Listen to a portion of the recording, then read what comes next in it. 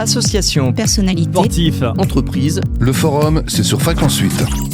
Bonjour, vous écoutez Fréquence 8. Aujourd'hui, nous recevons l'artiste Alicia Ducoustel. Comment allez-vous ? Mais très bien, Arnaud. Alors, du coup, vous êtes comédienne, artiste, pianiste, chanteuse et encore, j'ai pas le temps de tout dire. Comment vous faites pour avoir autant de casquettes ?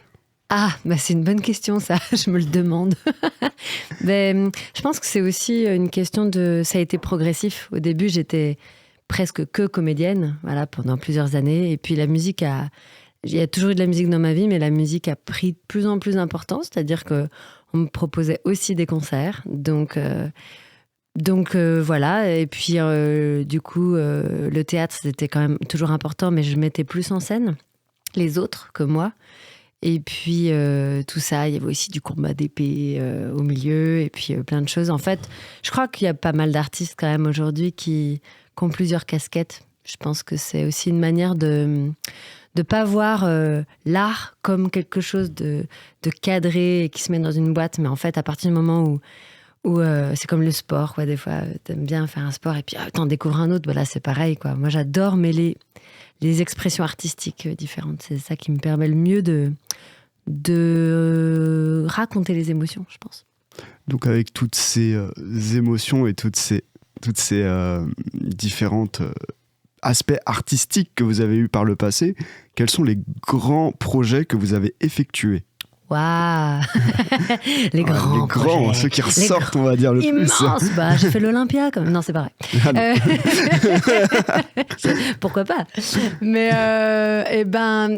on peut dire que un projet qui a quand même eu de l'envergure, mais après grand, ça peut être aussi grand dans le cœur, c'est-à-dire un projet qui a beaucoup compté, j'imagine. C'est Wesen quand même, mon premier album. Ah oui, carrément. Ouais, en fait c'est fou parce que je me rends compte maintenant que j'étais jeune à l'époque, quoi. J'avais même pas 22 ans.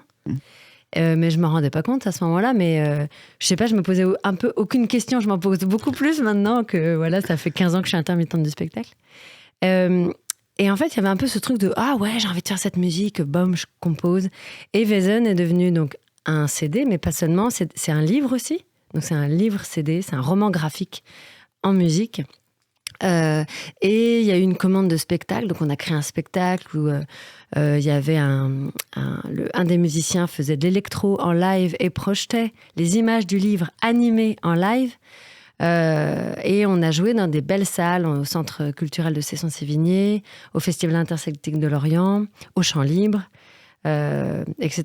Et donc il y a eu une espèce de truc qui décolle comme ça, très jeune, et puis c'était quand même un spectacle de grande envergure, quoi. Donc voilà, ça c'est un peu un grand projet. Et puis Wesen, au moment où on pensait que c'était fini, quoi, plusieurs années après, boum, Laurent Duval de Ploërmel Communauté me dit mais vous êtes Alicia Ducoustel, ok, mais vous n'êtes pas la nana de Wesen? Oui, il y a 10 ans. Moi je veux Wesen. Donc on a remonté Wesen avec une autre formation, enfin voilà. Donc ça, on pourrait dire que c'est mon plus gros projet. Après voilà, j'ai fait aussi du cinéma, j'ai joué avec Sophie Marceau, bon voilà, c'est des petites choses. En figuration bien sûr. Et comment vous vous êtes organisé pour mettre en place ce projet ? Pour Wesen, par exemple ? Pour Wesen, par exemple. Justement, c'est ça qui est étonnant, c'est que j'ai pas consciemment voulu le mettre en place. Et je pense que c'est ça que j'essaie de retrouver aujourd'hui. Mm-hmm. C'est parce qu'il y a deux manières de faire. Il y a soit ça vient des tripes et du cœur et on se dit j'ai hyper envie de créer cette musique, ce spectacle. Et on ne pense pas forcément à alors attends, quel financement je vais trouver, quel partenaire, où est-ce que je vais jouer, ça s'adresse à qui, c'est quel style de musique, ça c'est la question que je déteste. Parce que ce que je crée, ce que je compose, c'est pas facilement définissable. Ah oui. Et là, Wesen, c'était vraiment en mode j'ai juste envie de faire ça, quoi. Et c'est devenu un truc énorme parce que je pense que c'était vraiment proche de moi. Et il y a d'autres manières de faire. Aujourd'hui, j'essaie aussi de créer des spectacles, des concerts, là. Mon trio Fractal Odyssée, c'est ok, on a envie de faire du rock prog, mais en mode piano, basse, batterie, et je chante comme Kate Bush. Ok, c'est parti. Et on a envie de parler de physique quantique et de voyage dans l'espace. Ok. Bon, alors comment on fait ? Comment on s'organise pour les répés ? Donc c'est énormément de travail et d'organisation là, c'est clair. J'imagine. Et du coup, vous avez sorti plusieurs albums, Ouais, carrément. c'est ça. Donc Wesen le premier. Ensuite, il y a eu Commento Silta. Ok. Voilà, le deuxième, plus musique du monde. Pour le coup, j'avais envie de faire une sorte de petit résumé de mes voyages en Europe et tout ça. Donc, je chante dans plusieurs langues, etc. Plus intimiste, cet album-là. Et ensuite, un troisième album, alors qui est un peu... C'est une espèce de compile, en fait. Donc, ça s'appelle Through Different Worlds. Mais en fait, c'est quelques morceaux du premier album, Wesen, du deuxième album, Commento Silta, et des morceaux inédits qui n'ont jamais été sortis autrement que sur cette compile-là, avec mon groupe The Other World, en quartet, qui a duré 2-3 ans. Et puis mes nouvelles compos, Arcadia, par exemple, où c'est très progressif aussi, il y a du chant, un peu tribal, trance, mais on est dans quelque chose aussi un peu pop, au piano, enfin bref, voilà, je mélange un peu toutes les influences. Donc ce troisième album, il regroupe un peu toutes mes influences. Donc 3 albums, et comment vous êtes pris étape par étape entre l'idée du projet et aïe, l'album il est sorti. Comment vous êtes pris? On a 1 heure devant nous. Peut-être pas. Non, bah ouais. En fait, je pense que c'est différent pour chaque album, mais je vais prendre un exemple, par exemple, Commento Silta. En fait, moi, c'est intéressant que tu parles des albums et tout ça, parce que pour moi, la musique, ma vie artistique, elle est liée vraiment énormément à la scène. Ouais. C'est-à-dire que finalement, mes albums, ils sont nés de mon expérience de scène. En fait, pour moi, le partage avec le public, c'est le truc premier. Je sais qu'il y a des artistes, des musiciens, des musiciennes, pour qui le son, la recherche du son et la façon dont ils vont faire leur morceau et donc leur album va être leur priorité. Moi, je crois que ma priorité, c'est la scène. Et donc, Commento Silta, par exemple, le deuxième album, en fait, c'est le résultat de tous les concerts que j'avais faits. Où je me suis dit, ok, j'ai envie de mettre cette chanson. Il y a un fil conducteur, Commento Silta, en finnois, ça veut dire la passerelle. Et du coup, j'essaie de tisser des passerelles entre les langues, entre les cultures, entre les mondes qui, en apparence, s'opposent, l'homme, la femme, le nord, le sud, la brume, le soleil, etc. Et donc, en fait, c'est composer des morceaux. Ça prend... C'est indéfinissable le temps que ça prend. Ça peut prendre 1 an comme 15 ans. Et puis ensuite, il y a trouver un studio, enregistrer. Là, j'ai enregistré Commento Silta avec un ami, Gurvan Lelgoar, et qui a aussi joué sur l'album. Et puis on enregistre, et voilà, ça aussi, ça peut prendre plusieurs durées différentes. Là, ça a duré 1 an, je crois. Et une fois que l'album est fait et mixé, masterisé, et là, il faut réussir à le vendre, la partie qu'on adore. Donc, du coup, on essaie de contacter les radios. Donc voilà, ça c'est cool, Bonjour. j'aime bien. Voilà. On essaie de contacter aussi la presse et puis éventuellement des magazines et de contacter des programmateurs, des programmatrices pour qu'ils puissent nous programmer dans des festivals.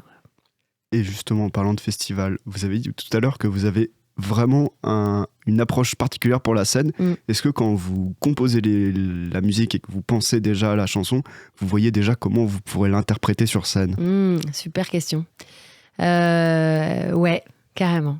Et je pense que c'est pas tout le monde, en fait. On a vraiment un rapport différent en fonction des personnes. Mais j'en parlais justement avec mon compagnon, qui est aussi mon partenaire de jeu. On a un duo qui s'appelle Sparkle and Dust, de chansons folk, composition et reprise, indie folk. On vient de faire ce duo, c'est la toute nouveauté, là, Sparkle and Dust. Retrouvez-nous sur Facebook. Et en fait, on en parlait justement il n'y a pas longtemps, et il me disait que lui, d'abord, il se plonge dans le son pur. Vraiment, il est dans une recherche de son, de timbre. Il fait beaucoup de claviers, il fait plein d'instruments différents. Basse, guitare, et il cherche du son. Et il pense pas du tout, lui, à la scène. C'est d'abord, voilà. Et moi, c'est vrai que ça m'a permis de me rendre compte que dès que je commence à composer quelque chose, je suis immergée dans un univers, une émotion, un message à faire passer. Mais c'est vrai que très, très vite, je me vois sur scène avec d'autres musiciennes, musiciens, le public, les lumières et l'acting. Et je pense que c'est parce que je suis comédienne aussi à la base. Il y a un truc de comment je peux mettre tout au service d'une histoire et que les gens soient plus dans le mental ou dans « Ah, sympa cette musique », mais pris quoi, par le truc, dans les tripes. Quoi. Et du coup, ouais, je pense, au milieu de la composition, ouais, je pense à la mise en scène. Ouais. Carrément. Et du coup, vous faites aussi de la danse, des cours de danse. Oui. Est-ce que vous pouvez nous en dire plus? Ouais. Et oui, comme je disais au début, c'est tellement pas séparé pour moi. Enfin, à partir du moment où... Quand on regarde un artiste sur scène qui joue, un musicien, une musicienne, même un chanteur, une chanteuse, il y a un mouvement corporel. Il y a quelque chose, même si c'est petit. Mais en fait, si on le pousse, ça devient de la danse, vraiment. Et moi, j'ai toujours dansé. Et donc, je donne aujourd'hui, effectivement, depuis 2 ans, à Rennes, des cours de danse hebdomadaires. Je donne aussi des stages de danse. J'ai fait beaucoup de danse africaine, beaucoup de danse contemporaine, moderne jazz. Mais là, c'est pas du tout ça. Ça s'appelle la Teima. Et personne connaît la Teima, donc ma mission, c'est de faire découvrir. Voilà, c'est vraiment tout nouveau. La créatrice s'appelle Tina Bozzi. Elle a créé cette danse il y a une dizaine d'années. Et quand on regarde la Teima, on se dit « Ok, ça ressemble à de l'art martial. » On se dit « une espèce de tai chi, mais vachement plus artistique, créatif, symbolique. » Donc on est entre... de la danse symbolique, contemporaine, avec des moments où on dit c'est peut-être un peu de la danse du monde, mais en fait, c'est vraiment très proche des danses liées aux arts martiaux et notamment au yoga et au tai chi. Donc en fait, chaque chorégraphie est liée à une partie du corps et donc c'est aussi, il y a des vertus vraiment pour la santé, quoi. Donc c'est à la fois se faire plaisir, danser de façon artistique, raconter une histoire et en même temps, allez, je draine mon foie. Ou je vais prendre soin de ma 5e cervicale. Voilà. Et donc, pour moi, ça réunissait tout ce que j'aimais. La conscience du corps, raconter des histoires avec les mouvements, les arts martiaux. Et puis, ça se base sur l'alphabet hébraïque. Donc, c'est l'origine de notre alphabet. À nous, latin, ça vient de là, notre alphabet. Et en fait, chaque lettre raconte quelque chose, quoi. Donc, voilà. Donc, c'est une danse qui mélange à la fois danse et bien-être. Ouais, exactement. Tout à fait. Vous êtes aussi coach de voix. Ouais. C'est-à-dire, c'est pour aider aux gens à prendre la parole, à chanter. Exactement, les deux. C'est autant la voix parlée, pour les personnes qui doivent s'adresser... pour des personnes qui font de la radio, par exemple. Par exemple, pour des professeurs, des instits, pour des personnes qui parlent beaucoup, en fait, dans leur métier. Et aussi pour les personnes qui ont envie de déployer leur voix dans le chant et de se sentir plus libre. Je me rends compte qu'autour de moi, que ce soit des personnes qui sont professionnelles, chanteurs, chanteuses professionnelles, ou des personnes qui sont amateurs, en fait, qui chantent pour le plaisir, et en fait, quel que soit le niveau de pratique, il y a toujours des zones un peu. Et du coup, c'est bien qu'on parle de ça juste après la danse. Ouais. Bien joué.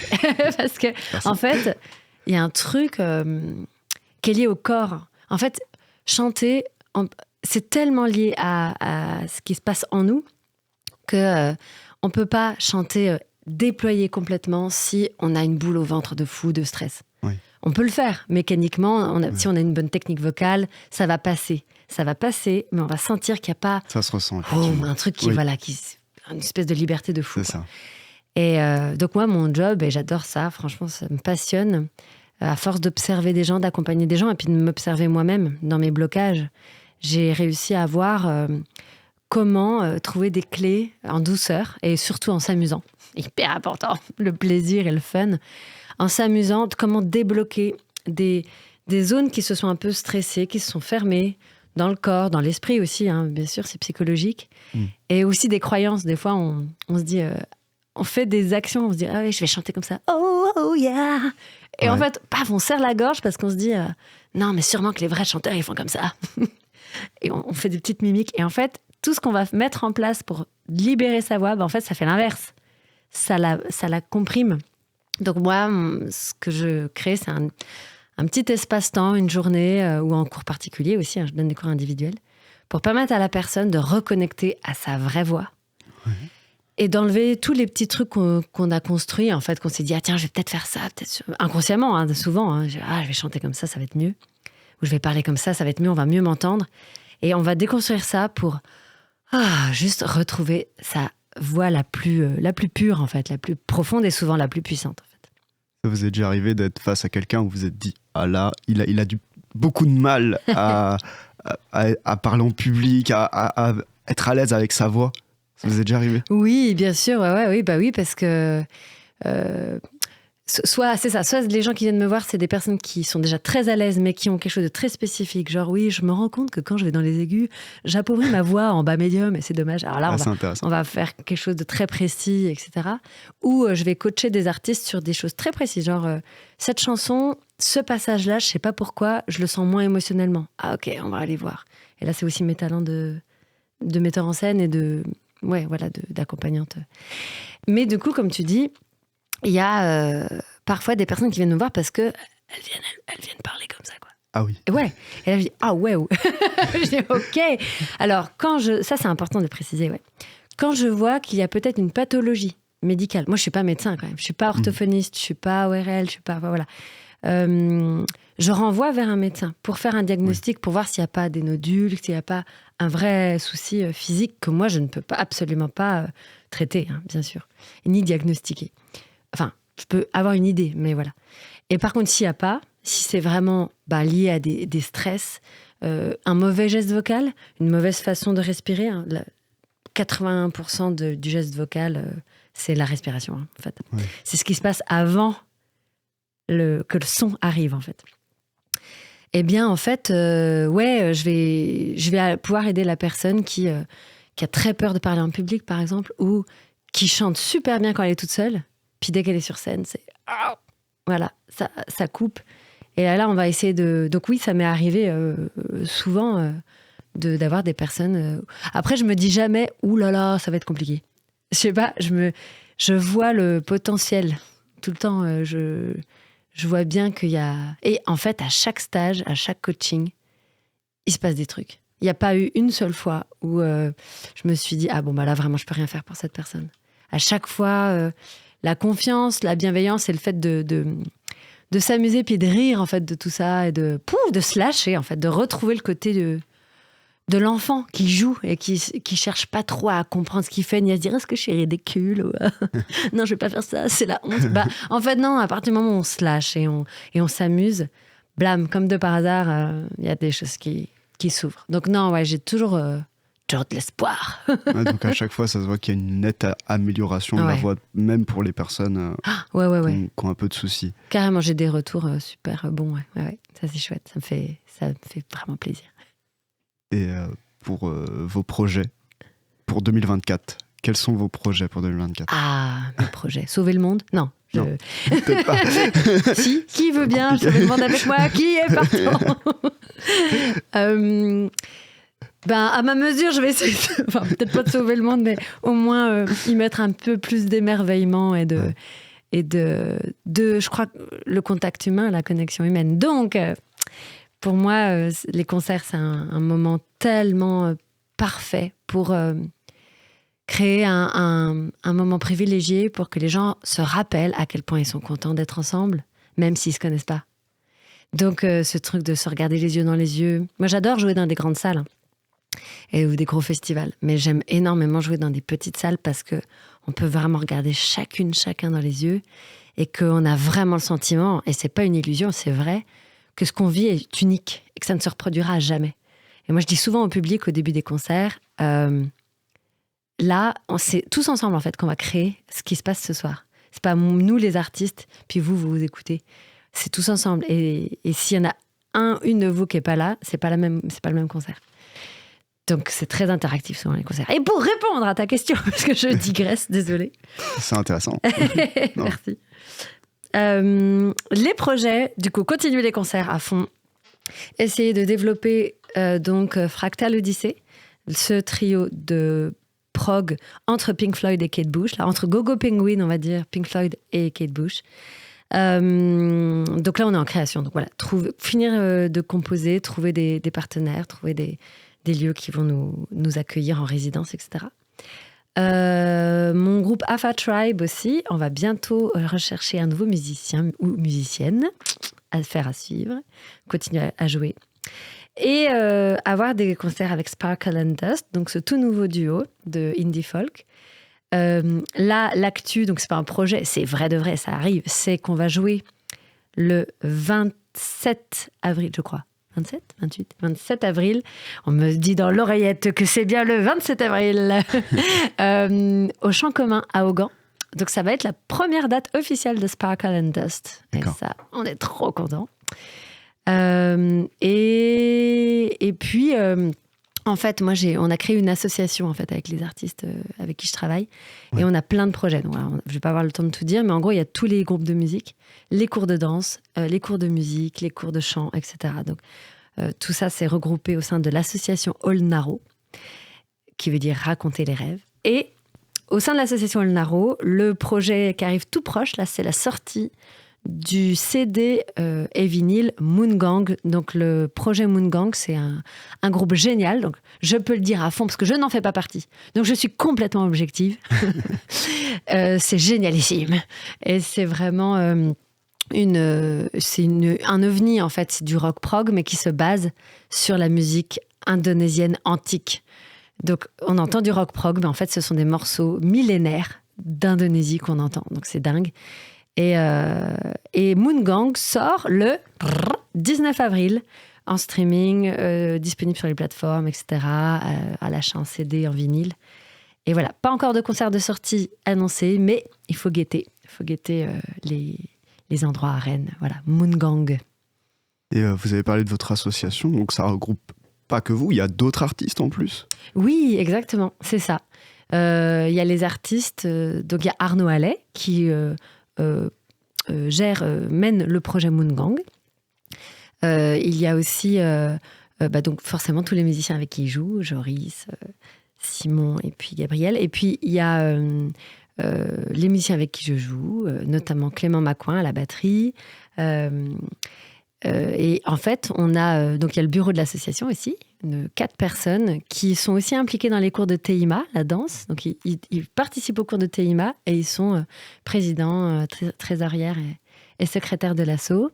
Et puis en fait, les membres de l'asso, c'est aussi tous les gens qui viennent aux cours de TEIMA, aux cours de chant, aux stages.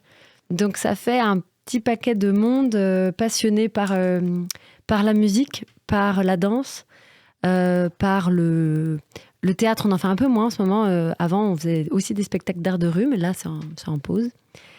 Donc en fait, c'est un peu toute un petit écosystème de personnes qui aiment l'expression sous toutes ses formes, je pense, et qui croient fort que l'expression artistique, corporelle, poésie, les mots, la musique, les sons peuvent tisser du lien entre les gens et du coup, construire un monde meilleur.